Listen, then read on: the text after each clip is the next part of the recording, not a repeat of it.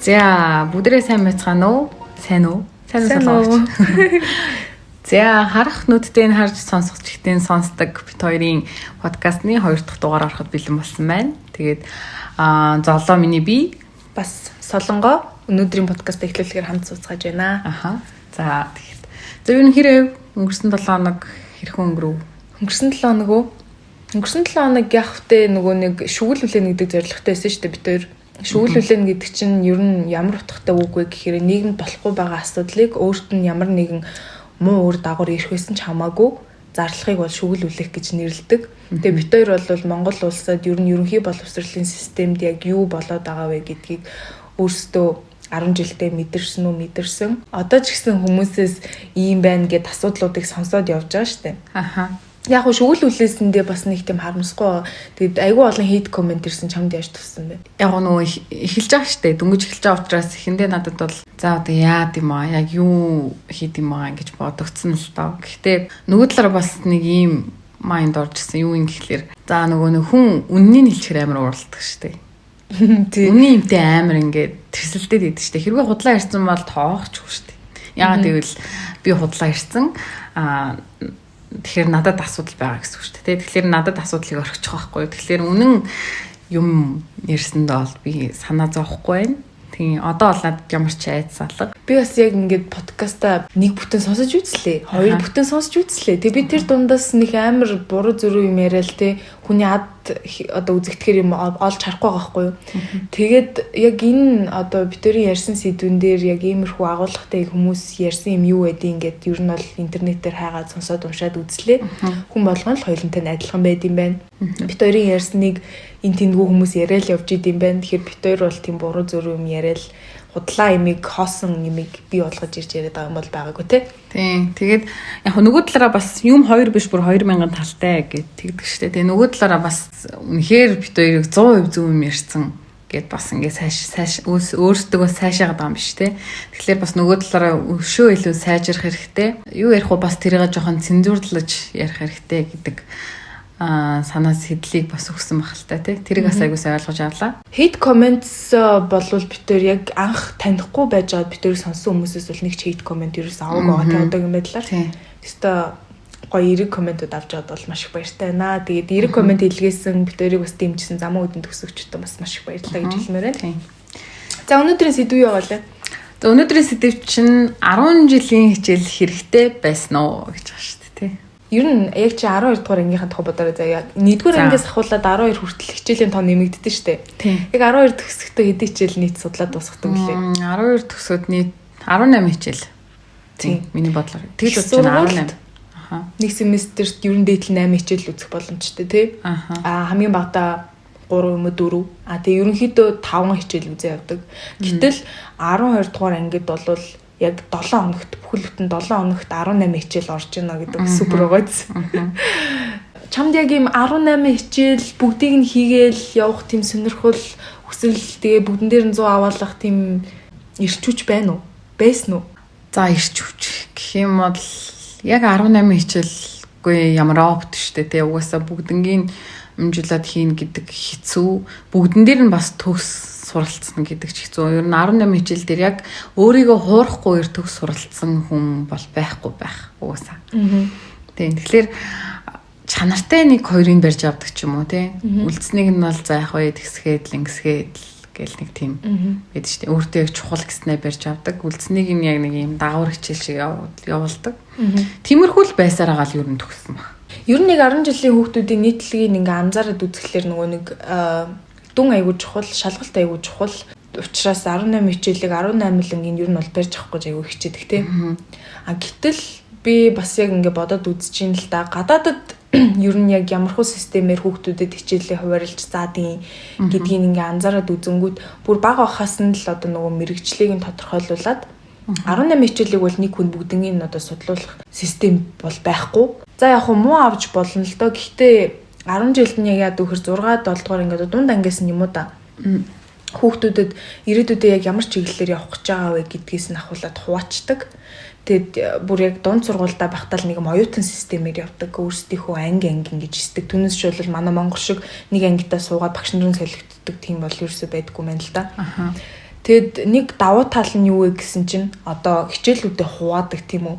Хэл соёлоор явах гэж байгаа хүүхэд бол тий англи хэлээ, монгол хэлээ гэд ингээд соёлын хичээлүүдээ судлаад явж болж байгаа. Нийгэм рүү чиглэсэн одоо хичээлийг судлаад явах гэж байгаа бол багцаар нь тий нийгэм түүх иргэний боловсрол гэдэг ч юм уу.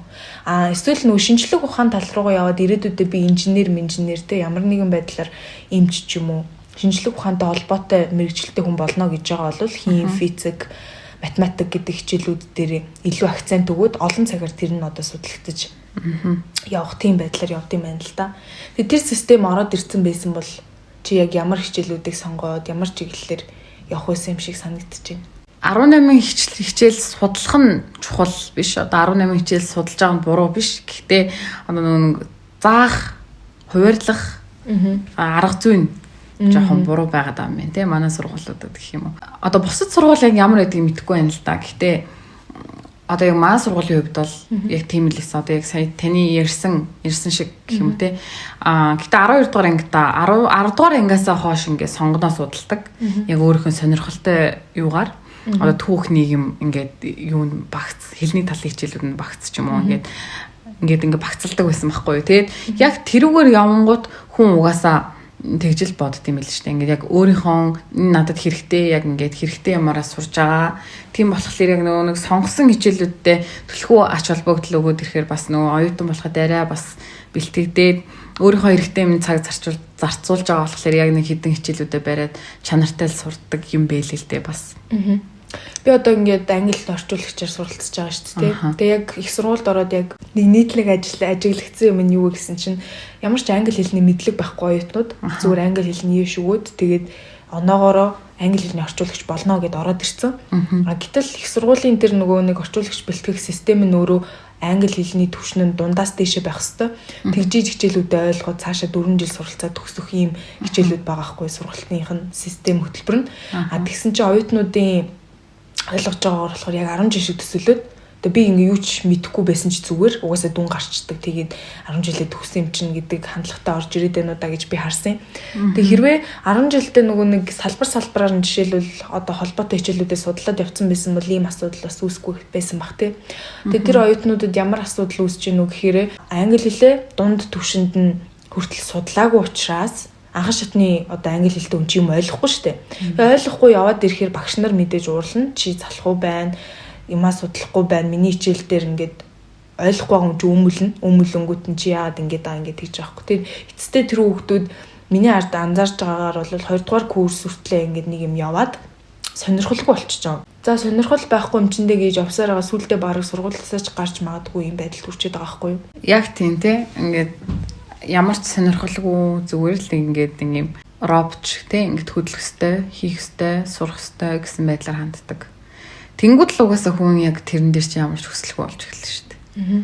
18 хичээлийг ер нь жоохон хуваарлаад ингээд судалдаг байсан бол айгүй сайхан санагдчихэв. За тэгээд яагаад манай ингээ Монголын ерөнхий боловсролын систем ийм амар одоо юу гэдэг шүмжлэх юм ихтэй. Тэгэл Америкийн бахад эсвэл гадаадын сургуулиудын бахад Монголын байгаад байна гэж яриад байна уу гэхэр чинь угаасаа аргагүй заяо. Манай Монгол улс чинь дөнгөж одоо нөгөө нэг боловсрол эзэмшээд хүн болгон бичиг үсэг тайлагдаад 100 жил ч хүрээгүй ингэж хугацаанд явж байгаа шүү дээ. Дөнгөж одоо нэг чүүтэй хатаа 100 жил болох гэж байна. Гэтэл Америк байна уу, тэр Европын орнууд байна уу, айгүй сайн ингээд сургалттай байгаад байгаа тэр газруудыг харахаар айл эзэнэ бидний гаргадаг алдааг гаргаад те одоо өнөөдрийн бидний туулаад явж байгаа юмыг туулаад айл эзэнэ 300-400 жил өнгөрцөн. Гэтэл одоо дэлхийд айгүй толгой зөхиод байгаа энэ Харвард гэдэг байгаа сургууль ч өөрөө хичнээн 100 жил оршин тогтносон байхгүй юу? Бид нар үүсээд нэг за 60 70 дахь жилдээ явж гинүү да. Тэгэд Харвард ч гэсэндээ адилхан одоо проблемуудыг өөрсдөө experience хийсэн байгаа шүү дээ. Аль эзэнэ биеэрээ мэдэрсэн. Тэрийг шийдээд ингээд сайжруулад яваад үдий хүрсэн байгаа. Тэр манай Монгол бас тий шууд буруутгах нь бас өрөөсгөл. Яагаад тэр нэг 100 жил болж байгаа үежиж ийм одоо хэмжээнд байх нь аргагүй шүү дээ угаасаа. Үгүй чамд юу нэг тэгж бодогддог уу? Монголчууд өөрсдөө амар ингэж идэх байхгүй. Манай Монгол бид нар засгийн газар бид нарыг амар арчаагүй амьдруулж ийн гэдэг ч юм уу. Тэгэж айгу гомдлоод байдаг. Гэхдээ үнэндээ түүх нь өөрөө амар өөрөхгүй. 1500 жилийн одоо 1500 жилийн үед бидний үеийг явж исэн бэ гэхээр ямар ч мэдлэг боловсруулахгүй даймаа хийгээл ч юм уу. Тийм л амьдралтай байсан шүү дээ. Гэтэл Европын хөгжлийг 1500 онд харахаар тэнд сургууль үүссэн байсан үгүйсэн. Тэгээд тэд нэр аль эзний шинжлэх ухааны технологи гэдэг юмнуудаа хөгжүүлээд явж исэн байгаа байхгүй юу. Тэр ийм амар олон зуун жилийн эрс ялгаатай одоо улс орнуудтай бас харьцуулаад тий байх нь бас буруу юм шиг байна. Тэгээд бид нар бол харин яг эсрэгээрээ эндээс яг ямар гарц гаргалгаа шийдэл болж болох вэ гэдгийг нас хараад тэдний замаар бас явах хэрэгтэй болов уу гэж бодод байгаа байхгүй юу. Тийм ээ тий. Угаасаа яалч хүлээвэл нөр юм бэ тий. Манайх нэг төвшөнд байхад одоо Америкийн нэгдсэн улс ч юм уу биднээс нэг 2 илүү явдаг ч юм уу.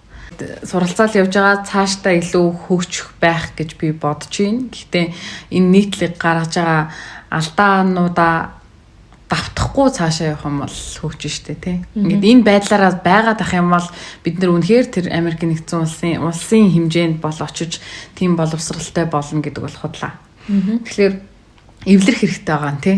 Өөрсдөө эвлэрэх хэрэгтэй байгаа. Монголчуудын хос байлгүй тий. Нийтлэг зам нугасаа эвлэрч чаддаггүй шүү дээ. Ялангуяа өөрсдийнхөө тийм нөгөө нэг жоохон тийм алдаатай байдалтайгаа эвлэрч чаддаг. Иннээс болж тэрнээс болж цаанаас нь тэгсэн эндээс нь ингэсэн. Тэрнээс бид нар өөрсдөнтэйгөө эвлэрээ сурчих юм бол асуудал болох гэдэг юм тий. За 10 жил сурлаа тийм ээ. Бид нэр 12 жил сурж штэ. 12 жил сурахад хүүхдийг юу н юугаар нь яаж ингэж чагсаадаг байсан юм бол яаж ангилд юм бол юугаар нь яг хүү наа чи нөгөө дүн мөнтэй холбоотой болоод явчихжээ зү тий. Би ингээ дүнгийн системийг бас ингээ бодож үзлээ. Тэгсэн чинь аав ээжийн үед 1-5-аар үнэлдэг байсан юм байна. За тэгснээр 5 онц гинүү. Тэгснээр 3 муу гинүү, 4 дунд ч гинүү. За мэдгүй нэг тиймэрхүү юм байгаа. Тэгснээр яг бидний үед болоод нэг 2000 он гараал ирсэн чинь нэг юм Европын систем шилжиж эхэлж байгаа байхгүй юу? Нэг 10-аас 100 муугийн хоорондоо ABC гэдэг үнэлгээтэй болж эхэлж байгаа. Тэгэл яг төгсгөө болоод ирсэн чинь нөгөө ABC нэмэх хасах болоод ороод ирж байгаа юм заяа. За 95-аас 100 бол нэмэхээ гэдэг ч юм уу те. Тэгээ би яг төгсөөд нэг одоо манай нөгөө доотлын дүү 6 дугаар анги. Тэгээ дүүгийнхаа имийг ингээд сонссон чинь 1-10-ийн хооронд ингээд нөгөө чанараар нь ангилж байгааг нөгөө хүүхдүүд. Гэхдээ яаж байгаа юм гэсэн чинь хүүхэд өөрөө тэрэндээ нөгөө дүнгээ хараад готорхгүй ч гэнэ нэг юм ярьсан. Би тэрийг бол сайн ойлгоогүй. Гэхдээ ер нь дүнгийн систем нэг юм өдрө болгон өөрчлөгдөж шинжлэгдээд байна уу гэж харлаа. Тийм, шинжлэгдэж байгаа л та. Ер нь одоо 8 төвшөнд толцсон байгаа байхгүй. Одоо намайг төгсдөг жилээс тийм болж эхэлсэн. 1-8 төвшөнтэй. Тэгээ нэг нь хамгийн муу. Тийм, улсаараа ер нь болж. Нэг гэдэг төвшин нь болохоор хамгийн муу. 8 нь одоо 100 гэсэн үг. 8-ын тон бол 100% тэнцэх гэсэн үг. Нөгөө 1-5 хооронд үнэлдэг гэсэн чинь 1-8 болчихж байгаа шүү. 8 болсон. За хүүхдүүд тэгээ хоорондоо ингээд дүнгээрээ хэрэмлэгддэг юм байна. Тийм үү? Тэгвэл 18 хичээл сая орж байгаа гэтгсэн шүү дээ. За 18 хичээлийн дүн гаргахад ер нь ямар вэ? Танд ер нь 10 жилд 18 хичээлийн дүн гаргана гэдэг чанга. Хүүе, надад бол үнэхээр тэнийг санагддаг байсан. Ягаад ч ер нь яг ингээ эрүүл ухааны өнцгөөс бодоод үзэхлээр 18 хичээлийг ингээд нэг зэрэг бүгднийг аваад явна гэх юм бол тэр хүүхдэд чөлөө цаг гэж байхгүй болно. Бүгдийг мэддэг байна гэх юм бол тэ нэг 50 суугч завгүй бүх хичээлээ өдөржингөө хийж иж тэрийг балансыг бүгдийг 100 барих боломжтой шүү дээ. Тэгэнгүүт одоо нөгөө нэг би болохоор манай ангийнхан ч юм уу яг ингээд дүнгээ гаргах гээд ирэнгүүт нэг тод хичээлүүд байдаг шүү дээ. Нэг хим юм ч юм уу нэг яг хуу имж болох ч хүүхдэд нь судалдаг. Тэгэл яг тийм болоод ирэнгүүт багш орж ирэл за 30 минутанд нь дэвтрээ нөхөтөх гээл заяа. Бид нар ингээд нөгөө нэг байгаагүй ч юм уу хичээлүүдэд бүгдийг хуулаад нэгнийхээ дэвтрнээс. Тэгэл хуулаад үзүүлээл тэгш нэг дүн гардаг байсан шиг санагдчих. Яг шалгалт малгалт дундуур нь авна л да. Тэг мэдээж тэр чинь угаасаа бүх хичээлээ бүгднийг хийнэ гэж байхгүй учраас зарим шалгалтын дээр муу авна. Зарим хичээл дээр ингээд муутай, зарим дээр нь сайнтай ч юм уу нэг юм л явдаг гэсэн шин. Яг дүн яг ямар хэрэгтэй юм бэ гэж бодоод үзэл та тийм. Өнөөдөр ингээд бодож байгаа хгүй ингээ гэрчлэгээ авлаа. Гэрчлэгэн дээр тавигдсан дүнгуудээ харлаа. Надад л амар гоё санагдчихсан. Яагаад гэвэл миний бүх дүнгууд ингээд A тэ баг ингээ B баг ингээ байхгүй. Надад амар гоё. Би ингээ амар онц сурсан юм шиг санагдсан байхгүй юу? Тэгээд бодож үзлээ нэг өдөр. Эхнээсээ хичээлдээ хөөгөөд би энэ хичээл дээр юу хийдэг байсан бэлээ? Юу сурдаг байсан бэлээ? Хэр байсан бэлээ гэд бодоод үзсэн чинь үнэхээр яг тэр хичээлийн ард тавигдсан нэг 95-тай, нэг 100-тай хувьд дүүцхээр би яг өөр юм сурдаг байсан уу. Яг тэр хувьд дүүцхээр би тийм шилдэг мундаг байж чадсан уу гэд бодож байгаа байхгүй. Тэгэхэд ингэдэг л дээ бас одоо нэг юм сурдаггүй хичээлээ хийдэггүй хүүхэд нэг байна. За сурдаг хичээдэг хүүхэд нэг байна. Тэгэнгүүт л нөгөө хичээгээд барахгүй байх гэдэг хүүхдүүд байдаг шүү дээ тий. Тэгэнгүүт л нөгөө нэг багштайгаа айгүй ойр байдаг. Тэгээ нэг айгүй хил амтай нэг иймэр хүүхдүүд нь инээж нөө араас нь найрж явсаар байгаа дүнгээ айгүй ингээ гоё гаргацдаг. Тэгээ нөгөө хичээгээд хийгээд бардггүй нөхдүүд нь яриа өөрөөгүй тийм нөхдүүд нь үзүүлсэн нөгөө хийсэн дэвтрээ үзүүлээл тэгээ нөгөө жоохон хангалтгүй санагдах юм бол хангалтгүй дүн авчдаг тэр хүүхдээс. Энэ юу н шудраг юм уу?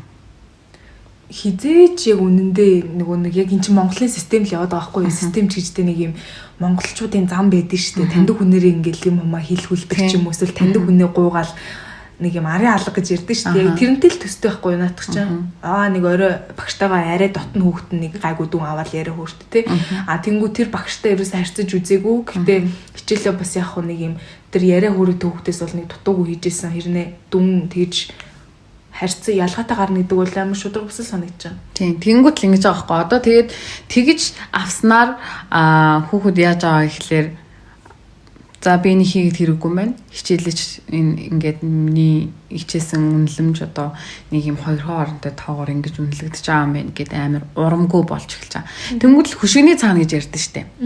За нөгөө хүүхэд чинь дүнгээ авчиад гэртээ очлоо тий. Аав ээж нь яаж хүлээж авах вэ гэдэг ч бол. Бүх аав ээжүүд одоо танаа аав ээж шиг манай аав ээж хоёр шиг тийм тайван байдаггүй байх гэж би бодож байна. Яа гэвэл хүүхдээ яг нөгөө цаагаараа сайн сурах хэрэгтэй, он сурах хэрэгтэй, хичээлэх хэрэгтэй, одоо тий шахах хэрэгтэй гэж боддог. Тэнгүүт нөгөөх нь аюу дарамт болж өчтөө тий нөгөө талаараа. Тэнгүүт нөгөө хүчийг хичээгээд нөгөө нэг занаа явчлаа штэ. Тэнгүүт аав ээж нь илүү хүсдэг байхгүй. Чи яагаад хэр аваагүй тий. Тэдний хүүхдэд авсан байгаа. Чи яагаад ингэж аваагүй. Тэг нөгөө хүүхэд одоо юу гэж хэлэх вэ тий аав ээждээ тайлбар тавих, хэлэх ямар ч одоо хариулт байхгүй шүү дээ. Тэгээд эцсүүлд нь ямар санагддаг вэ гэхэлэр бүр сургуульдаа явах хүсэлгүй болно, сурах хүсэлгүй болно, гэртээ ярих хүсэлгүй болно. Тэнгүүт тэр хүүхдийн хүсэл эрмэлзэл яг хаана тогтож байгаа юм бэ гэхэлэр ерөөсө хоёрын хоорондоо тоо байхгүй. Хоёрын хоорондоо тоогоор ингээд тэр хүүхдэд дүгнжлээ шүү дээ багш нь. Чиний одоо point юу вэ гэхээр зүгээр л яг нөгөө он цахуулахын төлөө түнэс жил тэр хүүхдийн нөгөө толгойд юу байгаа нэг амар чухал биш. Дээрэс нь тэр багштай нэг гайгүй харьцаж ивэл болоо те нэг амар хичээл зүтгэл мүтгэл гэсэн л юм ярьж тий. Тийм тэгээд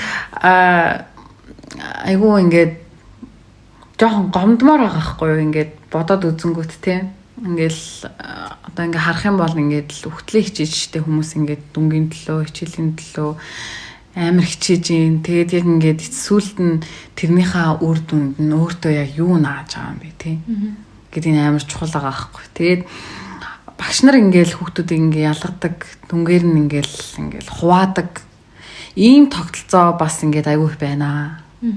Тэ үнэхээр ингээд мэддэг тэгсэн мөртлөө бас ингээ юу ч хийдгүй хүүхд байж бас болно шүү дээ. Тэрийг одоо тэгээд жишээ нь багш нар яаж мэдхийн тэгвэл мэдэх боломжгүй байхгүй. Хичээлээ хийдгүү тэгсэн мөртлөө толгойд нь байгаад идэг. Бүх юмд ингээд дүн ингээд үнэхээр ингээд супер те ингээд 100%, 90%, 95% байсан бол хүүхдүүд яагаад хичээлийн нэмэлт давтлага гэж төлбөртэй давтлага аваад идэв. Тэ? Яагаад ингээд давтлага авж ийн, яагаад давтлагын сууж байгаа, гадуур сургалтын сууж байгаа, сургуулийн багшаас авахгүй яасан ингээд тэгэнгүүт өгдөг харилцаа нь инглээ хоцрогдлоо харилцах гад гэж хэлдэг байхгүй. Йоо хоцрогдол нэр үнэхээр амар байдаг тий. Хоцорсон хүүхэд угаасаа тэгээ яаж ингээл юм хийгээл гээ явах юм бэ тий. Анханасаа ингээд чирэгтчихэд нь штэ. Надад бол багш нар нэг юм жоохон баланстай байх юм шиг хэрэгтэй юм шиг санагдаад байна. Гэхдээ тэр хүүхдээ ойлгохгүй л энэстэй. Тэгээд яг ингээд тэр хүүхдээ ойлгохгүй юм ингээд нэг өдөр заагаад өгч яг юм буруу юм. Тэгээд эсэргээрээ нэг өдөр ерөнхий хичээлээ үзлээ. Өнөөдөр үзэх ёстой хичээлээ үзлээ. Тэгээд нэг өдөр нь сэргийн судаллаа байж болно шүү дээ. Яг хав тэр мэрчэл яг хав. Тэгээд надад дүн дээр нэг юм би бодогдд тийм нөгөө дүнгээр хүнийг үнэлэх бол надад нэг тийм буруу санагддгүү. Яг хав тэр хүн дүгнүүл хэрэгтэй. Заримдаа 100 авах бол гоё шүү дээ. Бахархлын юм бол явчихж байгаа хгүй эсэргээрээ. Сэтгүүр ингээд төгсөөл нөгөө нэг хамгийн өндөр дүнтэй төгсөж байгаа хүүхдэд нурд гараал нэг ингээл нөгөө гэрчлэгийг авдаг шүү дээ. Тэр мэрчин бол яг тэр хүнд бол гоё байгаа шүү дээ.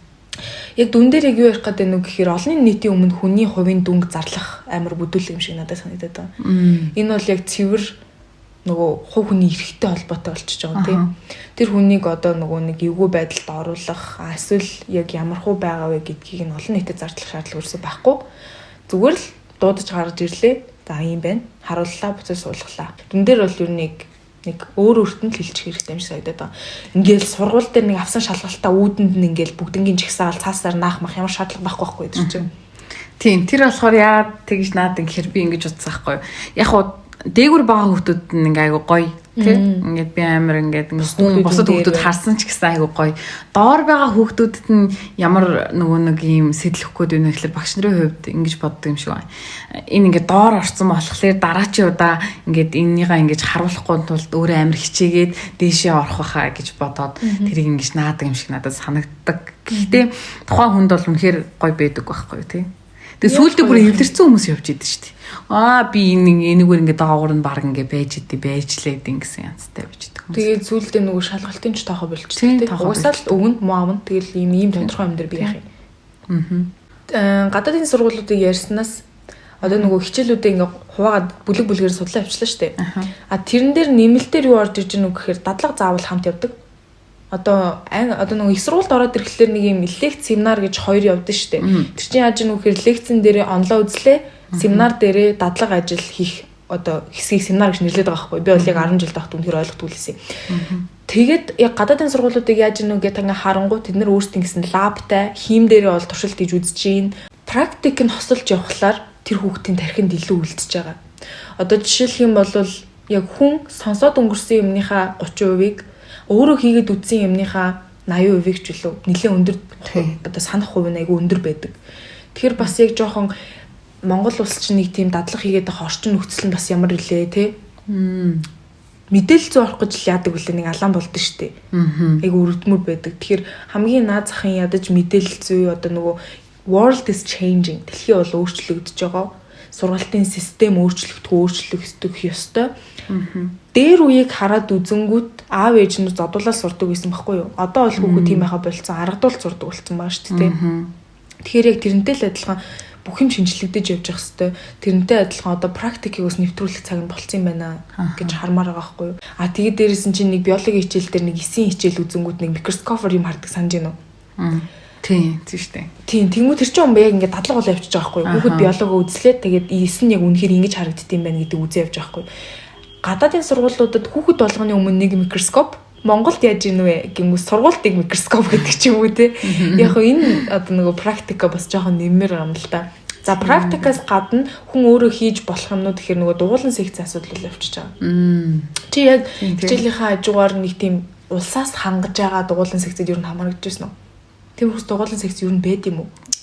Хүүхэд дугуулан секцэд яах гэж ордог, хөгжих гэж ордог, сурах гэж орж байгаа шүү дээ тий. Тэгсэн чинь ингээд би ингээд чадахгүй юмнахаа дугуулан жишээ нь би чадахгүй юмнахаа дугуулан за би шатрын дугууланд явж эхэлье гэд орох гээд ингээд орё гэд хэлэнгүүт үгээ ингээд чаддаг хүмүүс аавна. Тэгээд яагаад вэ гэхлээр одоо удахгүй тэмцээн болох ч байгаа. Тэгээд тэрэнд явуулахын тулд ингээд хүүхдүүдэд шахаж бэлдэх хэрэгтэй байна гэд ийм тохиолдлууд бас гардаг байсан гэж байгаа байхгүй юу. Тэгээд тэр хүүхд сурах гэж орж байгаа штэ. Тэгж яхад зорилго нь тийм байхгүй. Тэгж яхад яагаад ингэ нэг тийм сонирм хаалттай байлгаад байгаа юм тий. Яагаад ингэ сурах гээд байгаа тэр хүсэл эрмэллийг нь биш чиний чадвар юу ингэ зөрүүлээд яагаад ингэ асуулт тавиад ингэ сориод байгаа юм. Багшийн цалин өнөөдөр хийдүүлээ. Тэр хүний ажлын цаг хийдүүлээгээ бас бодоод үзэх хэрэгтэй болчихж байгаа байхгүй юу. Дугуулан секц яг сургууль зарлагдлаа гэхэр хөөхий манай хүн хэдэн багш нар зогсож идэг байхгүй юу. Тэр багш чинь өөрийнхөө нөгөө хүүхдүүдийг яа, хичээлийг яа, дүнгийн яа, баахан нөгөө бичиг цаасны ажлаа яа гэжэтэл дээрэс нь нэмээд нэг юм чи яг мэрэгжлийнхаа дагуу те заадаг хичээлийнхаа дагуу юм нэг клуб ажиллуулах хэрэгтэй гэдэг хүн өөрөө өгчөж байгаа байхгүй юу. Үгүй яг хөө тэр чи ажил нь юм чи мэдээж үүргээ аваад хийнэ л дээ. Гэхдээ хэрвээ миний өнцгөөс харж байгаа нь болохоор дугуулан секцийн багшийг цаанаас улс бүр ингээд цалинжуулаад бэлэн байлгаж явах хэрэгтэй. Заавал тэр хүн хичээлээч заана, секцээ чингэнэ гэж байх ёсгүй байхгүй. Энд чинь амар тэнэг өрөөсгөл ойлголт. Жишээлх юм бол сургууль болгонд те тамирын багш л сакс болболын юм явуулна. Хэрвээ тэр хүний цаг зав хүрэхгүй бол нөгөө сурагчид нь бүлтгийг л хараал байж идэв штэ. Багш хизээ давтаа болох нүгэл те. Энд чинь яг үнэндээ улсаасаа цаанаасаа энийг зөвхөн хүүхдүүдийн бие балдрын хөгжил Тэгээд ур чадварын хөгжилтөнд зориулсан багш гэдэг юм гаргаж өгөх хэрэгтэй байхгүй юу? Сургууль болгонд нийгмийн ажилтан одоо дээр үед бол тийм юм байгаагүй. Одоо бол ингээд сургууль болгон сэтгэл зүйчтэй байх хэрэгтэй гэдэг шинэ юм мест гараад ирж байгаа байхгүй ажлын байр. Энэ бол 10 жилийн өмнө яригдж байгаагүй. Одоо бол яригдаад эхэлсэн. Яг энэнтэй адилхан бид нар бас яг дугуулсан секц төр ч гэсэндээ шинэ мест оронтой цалин бас ажиллах боломжоор нь хангаж өгөх хэрэгтэй байгаа байхгүй юу? Зөвхөн яг гар урлалаараа сонирхолтой хүмүүс байгаа юу байгаа. Тэр хүмүүс яагаад багшилж болохгүй юм те? Гар урлал секс дугуулan явуулж байгаа болохгүй. Тамирын багш бол зөвхөн сургууль төгсөө гараад ирсэн хүн байгаа шүү дээ. Гэтэл яг нөгөө нэг мастрын цол авцсан хүн илүү сайн бэлтэнэ гэж би бодоод байгаа байхгүй юу? Зөвхөн сагсаараа мэрэгчсэн биз дээ тэр хүн чинь. Гэтэл одоо нөгөө манай Монголын ерөнхий боловсролын систем яагаад вэ гэхээр зөвхөн нэг тамирын мэрэгчлэр төгссөн хүнд л чи теннис заа, чи сакс заа, чи волейбол заа, хөл бөмбөг заа гэх бүх ачааллыг өгөөд байгаа байхгүй юу? Энд чинь тус тустай айгүй олон юмнууд байгаа шүү дээ. Энийг бас ингээд жоохон ялгаж салгаад өөр мест гаргаад төвчүүлэх зүгээр юм шиг санагдаад байна. Тийм ер нь юм болгон угаасаа тусдаа байх хэрэгтэй юм байна. Магадгүй хувийн сургуулиуд бас тийм байдаг баг. Тийм. Тэгэд одоо хүний ачаалал хэтрээд ирэхэр хүн өөрөө ямар ч тийм нэг өксөлгүй болчихоо шүү дээ. Жишээлх юм бол хүүхэд 18 хичээлийг шахуулаад ирэхэр одоо нөгөө нэг ямар ч сур сонирхол нь шууд доошоо даун буураад ирж байгаа. Тэгэд мэдээж багш нарын ачааллыг ч гэсэн нэмээд ирэхэр тэр хүмүүст яг үнэндээ сэтгэлээсээ заагаал амар гоё ирч хүчтэй байх боломж байгаа юу? Үгүй шүү дээ. Тэр хүн чинь ингээ өдөржингөө стрессцэн маргааш нь ч гэсэн стресстэй тайлж чадаагүй ээжж л дахиад нөгөө ажил руугаа ханзуу шамлал орох хэрэг гарч байгаа шүү дээ. Тийм байгааз. Тийм ээ тий.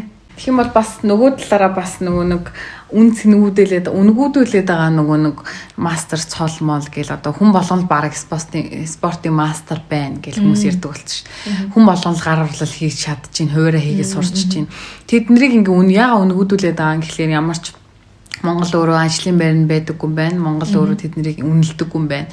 Тэгэхээр ийм бас юм гаргаад өгчих юм бол цаанаа тэр чинь нөгөө мэрэгжил болгон үнцэнтэй гэдэг шүү дээ. Яг тэрний нөгөө үнцэн ингээд бас гарч ирж болох юм байна тий. Яг нэг юмдаа мэрэгшин гэдэг ч үг нь бол айгүй чухал зүйл ихгүй юу? За одоо ингээ хойлоо ер нь бол дүгнэлт рүүгээ орё доо. Яг 10 жилээ төгсөөд ингээ харсан чинь чамд 18 хичээл судасны үр ашиг юу вэ? Гэхдээ яг уу эргээд харахад нөгөө дотно гэдэг шүү дээ. Яг нэг тийм л баг. Одоо бол яг хэрэглэгдсэн юм алгал байна. Нэг мэддэггүй л нэг заалгаж ирсэн даа гэдэг үү? Тийм. Яг уу нэмж хасаа сурцсан. Тэгээ үржүүлж хуваагаа сурцсан. Нэг монголоор бичээ сурцсан. Тийм, бичээ сурцсан, уншаа сурцсан. Тэгээ юмыг ойлгодог болцсон. Яг уу энэ л байна л да. Тэрнээс шиг нөгөө дэлгүүрт ороод томьёо харж нөгөө талх худалдаж авдаггүй гэдэг шиг. Тийм л байна да. Яг хөө хизээ хэрэглэгдэхийг мэдэхгүй байна. Гэхдээ би ингээ асууж байгаа юм л да оюутан найзуудаасаа. За оюутан ингээ болох хэр байна тий ингээд амьдрал дээр 10 жилийн хичээлүүд ашиглагдаж гин үү гэж асуусан чинь байхгүй ш. Ашиглахдаггүй ш. Гэлтэж байгаа байхгүй. Тэгээд яг л одоо тэгээ би ч гэсэн болсон ч гэсэн адилхан л байх гэж бодож байна. Ер нь яг уу суур мэдлэгийг авах хэвээр авсан уу авсан тий гэхдээ цаашдаа ашиглахдах уу гэхлээр бас үгүй юм шиг тий. Тэг гэхдээ яг уу нэг юм айгуу сайн барьж авсан юу юм гэхлээр нөгөө нэг эсээ айгуу сайн бичиж сурсан. Тэгээд ингээ харсан чинь нөгөө нэг хүмүүс чинь эсээ бичиж чаддаг юм байна. Ер нь хэлэхэд тий яг ашиглагдсан юм энэ л байна да. 18 хичээл 18-уулаа хэрэгтэй юу гэд ингээ бодъё. Одоо бүр яг онлайн талаас нь бид нэр ашиглаж байгаа ашиглахгүй байгаа. Гэхдээ миний нэг хараад байгаа үнцэг юу гэхээр заавал хүн 10 жилиг төгсөх ёстой юу? Ёстой гэж би бол боддог. Хүний тарих анх төрөхдөө нөгөө юм гүлгэр байгаа шүү дээ тийм. Юм сурахын хэрээр хүний тарих үрчлээ нэмэгдэж эхэлдэг. Шин зураас гарч эхэлдэг. Тэнгүүд монголчууд нөгөө гүлээс нь овшоо гэж загнаад идэг чинь тэр өчртэй байхгүй юу ч мэдэхгүй сурахгүй тарихын ингээд гүлээсэн байна л гэсэн үг шүү дээ. Тэнгүүд тэр тархийг ингэж үрчилгэж өгж байгаа тэ арай илүү юмыг өөр төвшөнд харах, сэтгэх боломжийг олгож байгаа юм чинь 10 жилийн сургууль байгаа байхгүй юу? Бид нар яг уу одоо ингээ эргээд харахаар юм санахгүй гэж магадгүй л дээ. Гэхдээ хүн 10 жил төгсөөд нэг левел ахдаг. Цэцэрлэг төгсөөд нэг левел ахдаг. Их сургууль төгсөөд нэг левел ахдаг. Ажил хийгээд 3-4 жилийн туршлага авсны дараа нэг левел ахдаг байхгүй юу? Тэр левел ахих хэмжээгээр харилцах эргэн тойрны хүмүүс нь бас өөрчлөгддөг. Тэгэхээр 10 жилийг төгсөөд хүн болгон тархиа үрчээлгэнэ гэдэг бол надад амар чухал санагдаад байгаа. Зөвхөн 10 жилээ төгсөөд тэгээ тэрнээс хойш сургууль сураагүй хүнтэй харьцахаар нэг өөр өгдөг. Тийм. Анзаардаг үү тэрийг чи. Тэгээд их сургууль төгссөн хүн чи юу сурсан бэ гэхээр их сургуулиасаа бас юм сураагүй байгаа хгүй яг энэгээ орж ирэхгүй байгаа. Гэхдээ тэр хүн арай өөрөдөг тий. Харж байгаа үнцг нь ярьж байгаа юм арай өөр байгаа. Тэгээд тэр чинь яаж нөхөр хүний тарих улам хүчийгээд те ингээд дадлага хийгээд яг академик талаасаа хөгжиж ирэхээр бас арай өөр болоод байгаа хгүй. Яг энэ левел агсандаа бол маш их баяртай байгаа. Тэгээд тий. Ер нь хүмүүс ярьдэн штэ нэг юм их сургууль ер нь орох хэрэг байна уу да. Эсвэл нэг 20 дугаар курст орж ирэл нөө уйдал сургуулаа хайчих гэж юм ярьдэн штэ. Үгүй бити хай юм сурахгүй байгаа ч гэсэндээ 4 жилийн дараа чи тис өөр төвшөнд очсон байдаг л байхгүй эсэргээрээ. Надад бол яг тийм л санагдчих. Тийм тий. Юм сураагүй ч гэсэн сурсан ч байсан хамаагүй ямар ч нэг юм үлддэг тий. Үлдэх нь үлдэнэ. Тийм тэр нь хизээ ашиглахт нь мэдэхгүй ч гэсэн ирээдүйд хэрэг болно гэж би бол бодож байна. Яг нөгөө ерөнхий боловсролын систем маань Америк их шиг эсвэл гадаадын орнуудын шиг сайхан байсан бол улс маань илүү сайн хөгжилтэй явах бах. Гэхдээ өнөөгийн байгаагаас нь бид нар ч гэсэн юм сурч л байгаа байхгүй манай аав ээж сурсан бид нар сурсан. Эсвэргээрээ бодоод үзэл та социализмын үед хүн болгон 10 төгсөөл их сургуульд орох нь ховор боломж байлаа. Тэгээ яг тэр хിവэрээ одоо тэрнийхээ хэрээр Монгол улсын нийгэм өөрөө мэдлэг боловсролын түвшин айгүй муу байсан шүү дээ. Одоо болохоор яаж нүг гэхэр хүн болгоо их сургуульд орох боломж нээлттэй болчлоо. Энд чи яаж нүг гэхэр Монгол улсын одоо төвшин нэгээр ахиад байна л гэдгийг харуулдаг байгаа байхгүй юу? Яг л нөгөө Америкийн төвшөнд очихоор нэг шатаараа урагшилж байна л гэдгийг харуулдаг байгаа. Тэгэхээр дээр үед бол хүмүүс 10 жилээ төсөөл ажил хийдэг байсан бол одоо оюутнууд заавал 10 их сургуульд орох бол ёстой болчихлоо шүү дээ. Их сургуульд ороогүй хөр санаа хардаг болсон тийм үү. Гэтэ яг буруу гэж байгаа юм бол биш л дээ. Тэгээ яг энэ маягаараа ер нь хүн сурах хэрэгтэй байна гэдэг бас дүгнэлтэн дээр хэлмээр санагдлаа. Тийм тий. За хамтдаа чи үр дүнтэй юмуд ярьчлаа шүү тий. Ер нь тийм яг гаргая гэсэн санаануудаа гаргаад сайхан ярьлаа. Одоо бас хүмүүс та бүдээр тэгж бодож иж магадгүй. Энэ хоёр одоо нэг амар ингээл бараг Харвард төгсөд ирсэн юм шиг л та гадаад дотоодын орон яриад ах ингэж бодож иж магадгүй. Гэхдээ цаг үе өөрчлөгдсөн, хүн судалдаг болсон, уншдаг болсон, сонсдог болсон цаг үе байхгүй. Интернет рүү ороод бичээл хайхад бүх юм гараад ирж байгаа байхгүй. Тэгэнгүүт л тэндээс хүн мэдээлэл аваад чадж байгаа цагт мэдсэн сурснаа бол бусдад дамжуулж яана гэдэг чинь нэг өсний хуваалцж байгаа. Сайн зан чанар гэж би бодож байна. Тэгэхээр нэг томрох гээд те нэг амар ингээд аарах гэдсэн юм бол бас байхгүй. Яг үнэндээ 10 жилийн тухай ярьдаг хүн хинж байдгүй л байхгүй. Би бол аав ээжээсээ эргэн тойрны хамаатан найз нөхөд багш нараас улим юм юу сонсож байгаагүй. Эсвэргээр эн чи яг 10 жилийнхаа хүүхдүүдэд туслах нэг гарц болоод ирж байгаа тий. Би бол тэгжэл харж байна. Тэгэхээр энэ бол нэг тийм буруу муруу бол биш. Гэтэл яагаад бид тэрийг өөрсдөө тулсан сурсан мэднийг хуваалцаж болохгүй гэж тий. Завтаатай бол биш тийм ээ. Яг хуу зав гаргаж цаг гаргаж зориулж хийж байгаа гэдэг манайх хүмүүс сайн ойлгох хэрэгтэй. За тэгээд сонсогчдод маш их баярлалаа. Тэгээд одоохондоо нэг олон сонсогч байхгүй байгаа ч гэсэндээ ирээдүйдээ хэдүүлээ олоолаа болно гэдэг итгэл найдварт өөрөн байгаа. Дараа 7 хоногийн дугаарыг бас тэгсэн ядуу хүлээж байгаарэ гэж хэлмээр байна. Дараагийн дугаараар уулзцгаая. За тэгээд баяртай. Баяртай.